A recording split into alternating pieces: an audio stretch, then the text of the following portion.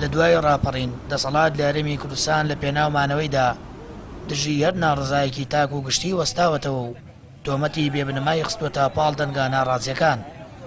چاودێرانی سیاسی ڕایان وایە دەسەڵات بۆ مانەوەی خۆی هەموو ڕێگەیەک دەگرێتە بەر و هەموو ناڕزایەتێک بەلاڕێدا دەبات و دەیخاتە پاڵە و لایەنەی پەنجا دەخەنە سەرکەم و کورتی و گەندەڵیەکانی حکومڕانی. طبعاً هەر دەسەڵاتێک کە بڕیاری ئەوەی دابێ لە دەسەڵاتە بە هەمیشەیی بمێنێتەوە باوەڕی بە دەستا و دەستکردنی دەسەڵات و دیموکراسیەت و هەڵبژاردن و ئەوانە نەبێت هەمیشە خاوەنی بڕیاری مسبەقیشە، ینی بڕیاری پێشینەیە. حیزب ئۆپۆزیسیۆنەکان لە لای ئەو جاش و دژی قەوارەی هەرێم و کۆمەڵێت تۆمەتیان بۆ ئەبەخشنەوە تاکە داماوەکەش کە خاوەنی حیزب نین و خەڵکی هاوڵاتی و سەرشەقامن ئەگەر هەڵوێستێک بنوێنن ئەوە دەستگا سەرکوتکارەکان دوای 24 سەعات و کەمتر لە 24 سەعاتیش وایان لێ ئەکەنە کە پێچەوانەی ئەوە بڵێن کە چەند سەعاتێ پێشتر وتویانە. ئەمە سروشتی دەسەڵاتە دیکتاتۆرەکانە بەڕاستی بەداخەوە لە وڵاتی ئێمەشا هەستەکەین ئەو کللتورە ئێستا حکومڕانە لە ناو عەقڵیەتی نوخبەی دەسەڵاتدار لە هەرێمی کوردستانە.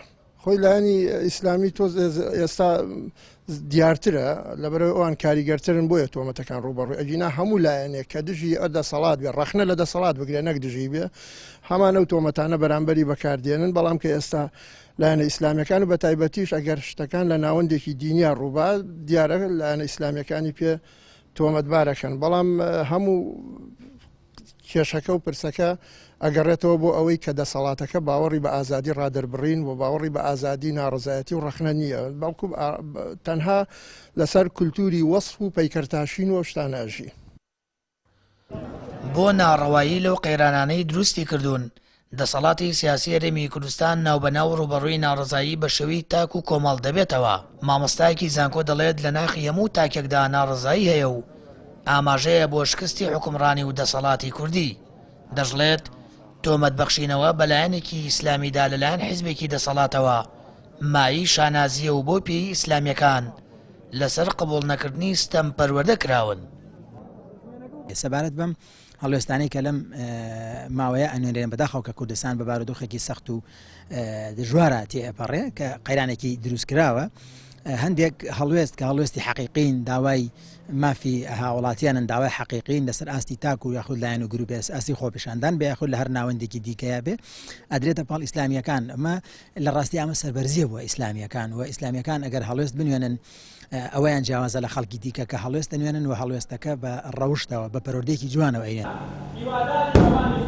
لە ماوەی چەند ڕۆژی ڕابردوودا هەڵوێستی هاوڵاتیەکی هەولێردژی بڕیارێکی وەزارەتی ئەوقاف و تەکاندنی بەرماڵەکەی و جێشتنی وتاری ئاینی کاریگەری گەورەی بەدوای خۆی داهێنا و دەسەڵاتە وەڵوێستەی بە بەرنامە بۆ داڕژا و ناوبرد و خستیە پاڵ کۆمەڵی ئیسلامی.